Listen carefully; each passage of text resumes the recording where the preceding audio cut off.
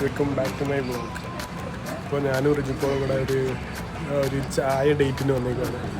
റിജുപ്പോൾ ഏതാ ഓർഡർ ചെയ്തത്? Irish latte എന്ന് പറയുന്നത്. ബട്ട് എല്ലാം ഒരേ സെയിമായിട്ട് തോന്നുന്നു. ഇത് ഞാൻ വാനില കോഫി വാങ്ങിച്ചു പോയില്ലേ, കുടിച്ചല്ലേ പറ്റും. അതെ അതെ അതെ അതെ. ശരി, ചോദ്യമുണ്ട് നിന്നോട്, ആരും ഫണ്ട് കൊടുക്കും? എന്തിനെ പറ്റി? എന്തെങ്കിലും പറ്റി